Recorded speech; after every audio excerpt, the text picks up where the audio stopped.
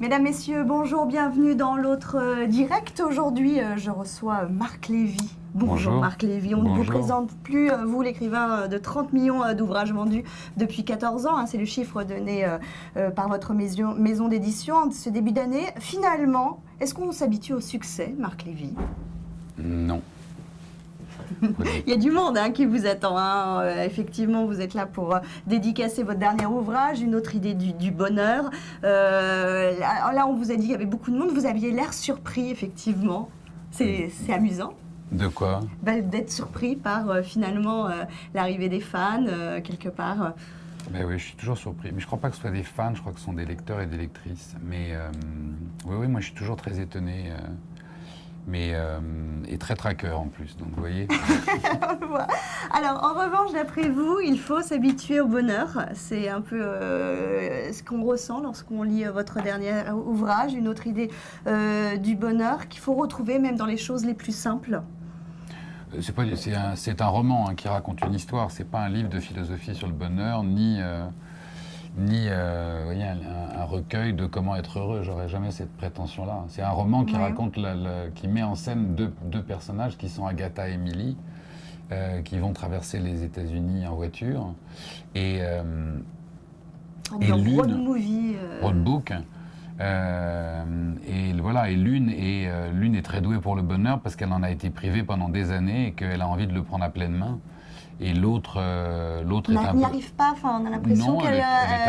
C'est pas qu'elle n'y arrive pas, je crois que c'est qu'elle est... Agatha a été privée de liberté pendant 30 ans et donc elle a envie de vivre sa vie pleinement. Millie a toujours vécu dans la liberté, donc elle n'en fait pas nécessairement un usage... un usage plein, voilà. Et donc elle est plutôt à la recherche du confort que du bonheur, finalement. Alors, dans cet ouvrage aussi, on a l'impression, quand je dis road movie, on a vraiment, c'est bien movie, pour moi, parce que finalement, c'est essentiellement à travers les échanges, notamment les échanges entre les deux protagonistes, les paroles que vous décrivez, que vous avancez dans votre roman. Oui, c'est un livre qui est assez dialogué, parce que c'est une situation, d'abord parce qu'elle raconte son histoire.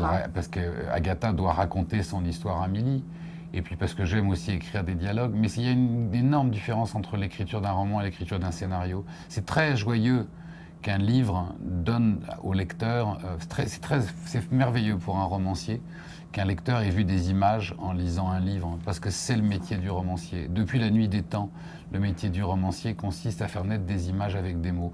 Moi, quand je lisais les classiques de la littérature française, je voyais toujours des films, mais pourtant le cinéma n'existait ni du temps de Balzac, ni du temps d'Hugo. Et pourtant, qu'est-ce qu'ils avaient une écriture imagée? Aujourd'hui, il y a une telle prépondérance de l'image que lorsque vous avez une écriture imagée, ce qui est à mon avis le sens de tout romancier, on a l'impression de voir un film, mais en fait c'est plutôt le cinéma qui adapte les romans et rarement les romans qui adaptent le cinéma. Vous avez totalement raison. Alors vous dépeignez aussi une certaine idée de ce qu'on peut faire, de l'idée de ce qu'on a des États-Unis aussi. J'avais envie de sortir un petit peu des clichés que nous avons au sujet de l'Amérique. C'est vrai que, moi, comme beaucoup de romanciers, j'ai écrit un certain nombre de romans qui se situent en Amérique, parce que j'y vis depuis longtemps, parce que j'y suis allé très jeune. Mais l'Amérique qui est décrite dans les romans est très souvent l'Amérique des grandes villes, l'Amérique des villes de la côte Est ou de la côte Ouest. Or, de la même façon que Paris n'est pas la France, l'Amérique, ça n'est ni New York, ni Washington, ni Los Angeles, c'est exactement ce qui se trouve entre les deux.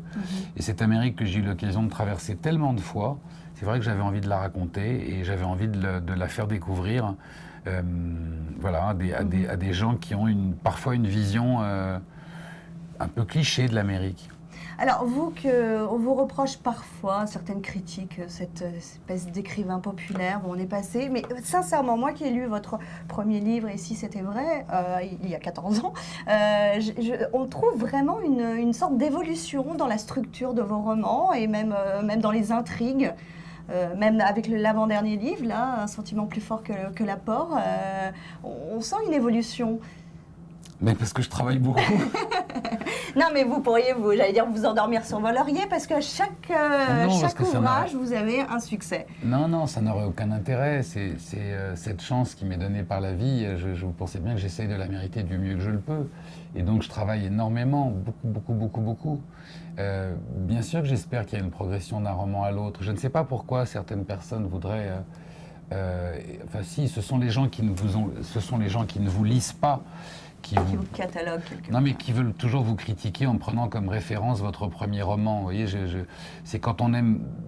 Enfin, c'est comme ça, c'est parce que il y a un côté... voilà, il y a quelque chose quand ça marche qui dérange un certain nombre de personnes, mais on ne parle pas à un cinéaste de son premier film toute sa vie, ou on ne parle pas à Effectivement. Vous voyez, un chanteur de sa première chanson toute sa vie. Heureusement qu'en 15 ans de travail, on avance et on apprend son métier et on fait son métier, je l'espère, de mieux en mieux. Et j'espère que si j'arrive à écrire encore pendant 15 ans, ça sera encore mieux dans 15 ans. Marc Lévy, je voulais vous aussi poser une question sur l'actualité. Vous étiez à France 2 dimanche dernier lors des élections européennes pour les résultats. Il y a eu beaucoup de commentaires, beaucoup de critiques sur ce passage-là, comme si finalement, vous, écrivain, vous n'avez pas d'avis à donner là-dessus. Comment vous l'avez ressenti ? Écoutez, il y a eu beaucoup de critiques et puis il y a eu aussi beaucoup de... Enfin, il y a eu un certain nombre de critiques sur Internet et puis moi j'ai reçu beaucoup de courriers de gens qui me disaient que c'était vraiment bien que, un, vous y alliez et deux, ce que vous avez dit. Moi je trouve que ceux qui, dans une démocratie républicaine, critiquent le fait qu'un romancier français qui a la chance d'être publié dans 40 pays et qui vit aux États-Unis soit invité par une chaîne de télévision pour donner pendant 2 minutes 50 au milieu de 3 heures de politiciens qui répètent la même chose ou de chroniqueurs et de journalistes qui répètent la même chose, 2 minutes 50 de paroles pour répondre, non pas pour faire un cours de politique générale, bien sûr, pour répondre à une question très précise qui était: vous qui vivez aux États-Unis depuis tant d'années, à votre avis, comment les Américains vont percevoir cela ? Vous voyez, la nature était la légitimité de répondre. Oui, non, mais Eh bien, quand j'ai vu effectivement ces quelques critiques, mais plus inquiétantes, 2-3 émanant de, entre guillemets, journalistes politiques qui s'indignaient de ma présence, alors je me dis que là, il y a vraiment un coup de flip par rapport à la victoire du Front National, parce qu'eux sont pas loin de se retrouver, vous voyez, du côté du totalitarisme. Vous voyez, quel scandale, un écrivain qui donne son avis. Il y avait aussi Jacques Weber aussi, hein, vous n'étiez pas non plus le seul hors politique ou hors journaliste. Je sais que Jacques Weber aussi, on a pris pour son grade des mêmes personnes, mais quelle horreur, un comédien et un écrivain, c'est-à-dire deux personnes qui appartiennent au monde de la culture et qui se permettent de donner une opinion dans le pays des libertés. Je comprends que ça en ait indigné certains, mais je les plains très franchement. Je ne parle pas au nom de ma propre personne ni au nom de Jacques Weber, mais moi je trouve que ceux qui ont critiqué ça avec autant d'arrogance, c'est vachement inquiétant. Hein, parce que, encore une fois, je rappelle le contexte.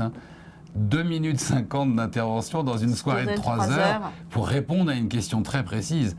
Vous qui vivez aux États-Unis, qu'est-ce que l'Amérique, qu'est-ce que, à votre avis, les Américains vont penser de... oui, justement, vous avez j'ai donné les réponses...